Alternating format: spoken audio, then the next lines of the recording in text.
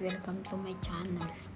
Ito guys, kalahati na yung ko kasi tumawag ako kanina sa grooming kung magkano pa paggupit ay pag-grooming basic, kung pwedeng basic ito, kaso ang daming buhol paano mong tanggalin nito guys. All 47 minutes na kami nag-usap ng darling ko. 47 minutes na din ako nagkaganito. So, binaba ko yung cellphone sa kanya. At ito, so mag-video nga pa. Tingnan. May kasi siguro kumagat sa kanya na ends o what. Kasi ang hilig niyang pumunta sa garden namin. So, ayan. Dito lang naman sa side kasi nga hilig niya mahiga ng padapa. Yun ang hilig niya kasi sa garden. Ito yung gamit ko guys, Saint Rochi, taga 329 peso. Pa-expire na kasi sa August yan. So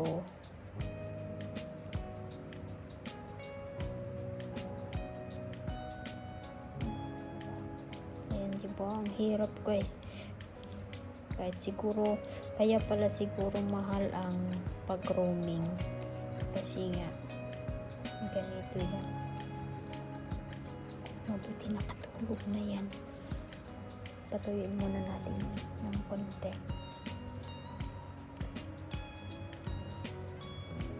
Kasi sabi ni Kuya kanina, Mark, yung Pinoy na barbero ni Mini, kung madami ng buhol, no choice na gupitan.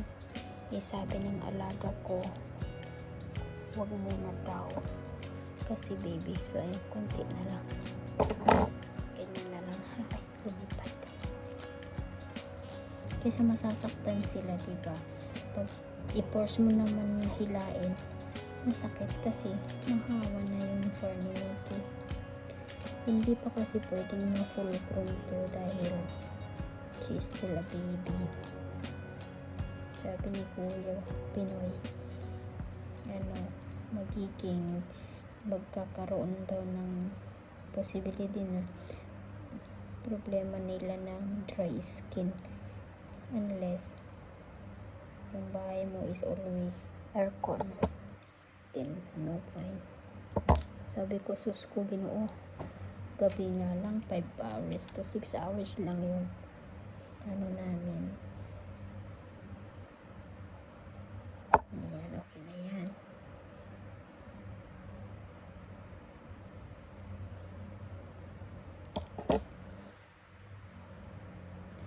Kaya nga sabi ko, kahit kawawa din, diba?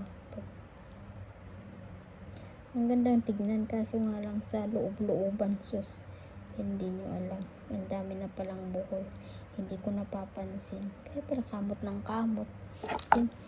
Susuklayin ko kanina, hindi na umusad yung suklay, tapos sabi, ay masakit pala yun. Para naman ng tao, diba? Ayan. Nag-play na lang ako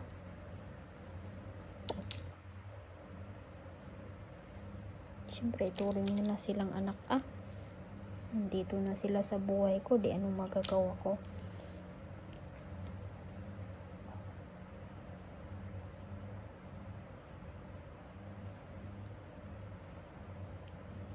Habang nandito pa lang ako lubos-lubusin ko ng pagmamahal sa kanila. Pag uwi ko, di wala na.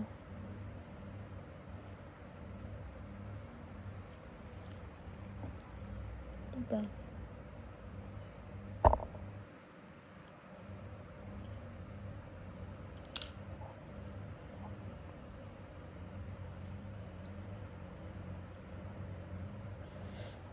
Tingin na lang yung ayaw ng sakit na yung nakaliko na tuhod ko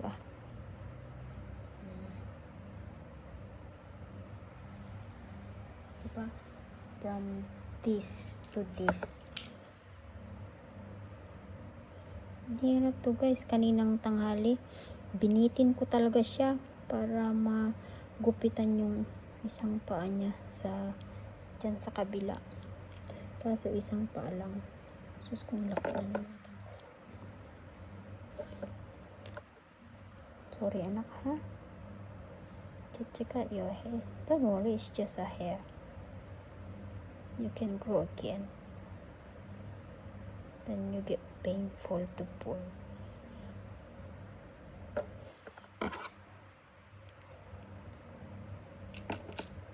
Kasi additional $30 daw kapag madaming buhol.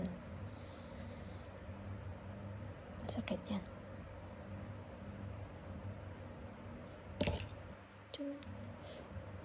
Maaga pa naman, 8:30 pa lang.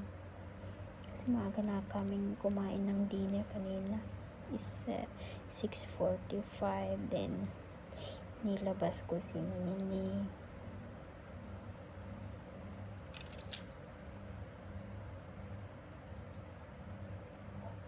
Mahirap na yun. Talagang sobra ng buhol yan.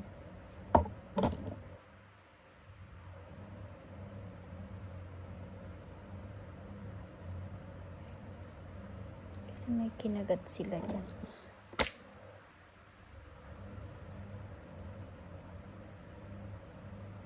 It's okay anak. Okay, oh, sakit na. Oh, okay, sorry na. Gentle si ate, no? Okay, gentle na ako. Huwag na. Putulin na lang. Kasi pag hindi mo ituloy ito nakakaano, yung parang mag-cross stitch ka din na ayaw mo nang tigilan hanggang hindi matapos. Siguro abutin pa ako ng 2 o 3 oras nito guys.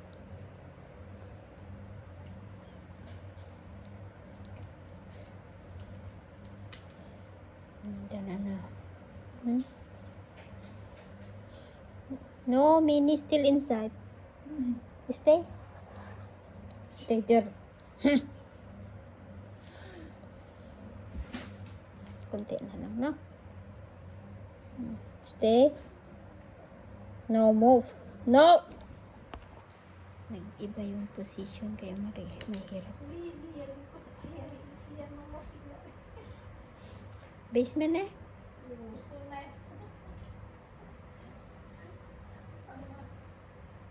So funny, right? Basement, underground. Gas signal. Can.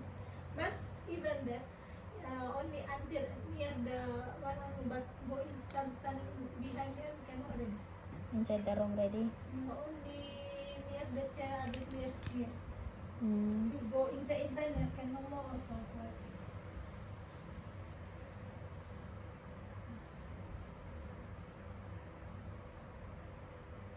When to go sleep then later so can go down.